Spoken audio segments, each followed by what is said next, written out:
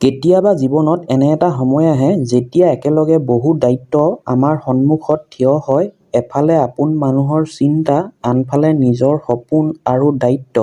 কোনটো আগতে সামৰিব, সেই সিদ্ধান্ত লোৱাটোৱেই কঠিন হৈ পৰে। কিন্তু যিজনে নিজৰ স্বাৰ্থতকৈ আনৰ ভৱিষ্যতক আগস্থান দিয়ে, তেওঁ বিপদৰ মাজতো হাৰ মানিবলৈ শিকি নলয়। নমস্কাৰ বন্ধুসকল, সকলোকে স্বাগতম জনাইছোঁ।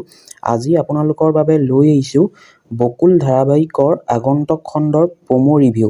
আগন্তুক খণ্ডত অদিতিৰ সন্মুখত আহিব একেলগে দুটা ডাঙৰ দায়িত্ব। এফালে অসুস্থ দেউতাকক চিকিৎসাৰ বাবে হস্পিটেললৈ লৈ যোৱাৰ চিন্তা, আনফালে মাত্ৰ ২৪ ঘণ্টাৰ ভিতৰত আশ্ৰমখন ৰক্ষা কৰাৰ প্ৰত্যাহ্বান। আশ্ৰমখন বচাবলৈ অদিতি আৰু আদি এতিয়া পদ্মেশ্বৰ বৰুৱাক বিচাৰি উলিয়াইছে।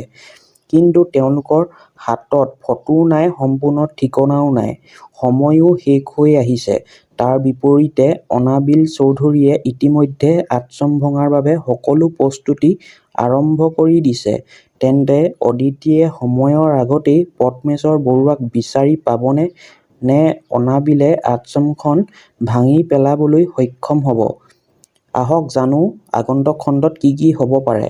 বন্ধুসকল, মোৰ অনুমান অনুসৰি আগন্তুক খণ্ডৰ আটাইতকৈ ডাঙৰ বিষয় হ'ব আশ্ৰমখন ৰক্ষা কৰাৰ যুঁজ। অদিতি আৰু আদি এতিয়া পদ্মেশ্বৰ বৰুৱাক বিচাৰি উলিয়াবলৈ চেষ্টা কৰিছে। কাৰণ তেওঁৰ সহায় বা স্বাক্ষৰেই হয়তো আশ্ৰমখন ৰক্ষা কৰাৰ ক্ষেত্ৰত গুৰুত্বপূৰ্ণ হৈ পৰিব পাৰে। কিন্তু সমস্যা হ'ল সময় মাত্ৰ ২৪ ঘণ্টা। আৰু পদ্মেশ্বৰ বৰুৱাৰ কোনো স্পষ্ট সন্ধান তেওঁলোকৰ হাতত নাই। সেয়ে তেওঁলোকে হয়তো তেওঁৰ বিষয়ে জনা কোনো পুৰণি মানুহ, পৰিচিত ব্যক্তি বা ঠিকনা বিচাৰি উলিয়াবলৈ চেষ্টা কৰিব পাৰে। ইফালে অনাবিলে ইতিমধ্যে আশ্ৰম ভঙাৰ বাবে মানুহ আৰু আৰক্ষীৰ ব্যৱস্থা কৰাৰ কথা ভাবিছে।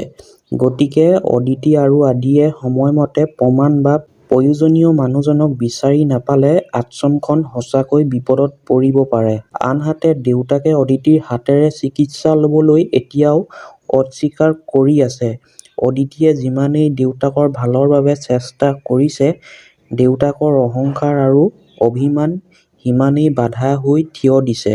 হয়তো এই ঘটনাই পিছলৈ দেউতাকৰ মন সলনি হোৱাৰো এটা কাৰণ হ'ব পাৰে।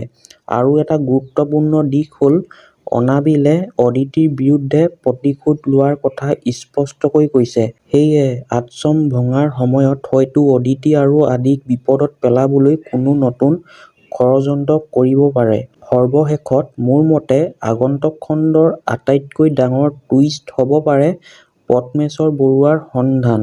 হয়তো বহু বিচৰাৰ পিছত অদিতিয়ে এনেকুৱা এটা সূত্ৰ পাব, যাৰ জৰিয়তে তেওঁলোক পদ্মেশ্বৰ বৰুৱাৰ ওচৰ পাব পাৰে। কিন্তু সেই মানুহজন সময়মতে তেওঁলোকৰ সহায়লৈ আহিবনে? সেয়াই হ'ব কাহিনীৰ ডাঙৰ প্ৰশ্ন। বন্ধুসকল, এই কাহিনীটোৱে আমাক এটা কথা শিকায়, জীৱনত দায়িত্ব যিমানেই কঠিন নহওক কিয়, আমি যেতিয়া কোনো ভাল উদ্দেশ্যৰ বাবে আগবাঢ়ো, তেতিয়া বাধাবোৰক ভয় কৰি থমকি ৰ'ব নালাগে। অদিতিৰ নিজৰ জীৱনতো বহু অভাৱ আৰু আঘাত আছে। কিন্তু তাই সেইবোৰক নিজৰ দুৰ্বলতা বনোৱা নাই।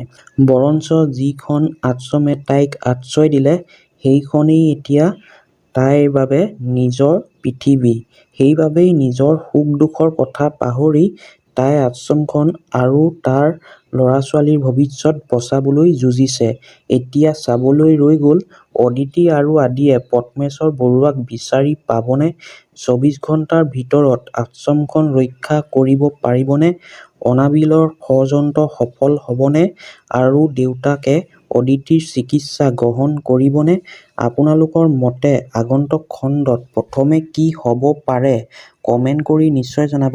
ভিডিঅ'টো ভাল লাগিলে লাইক, শ্বেয়াৰ আৰু চেনেলটো ছাবস্ক্ৰাইব কৰি ৰাখিব। ধন্যবাদ বন্ধুসকল, আকৌ লগ পাম পৰৱৰ্তী ভিডিঅ'।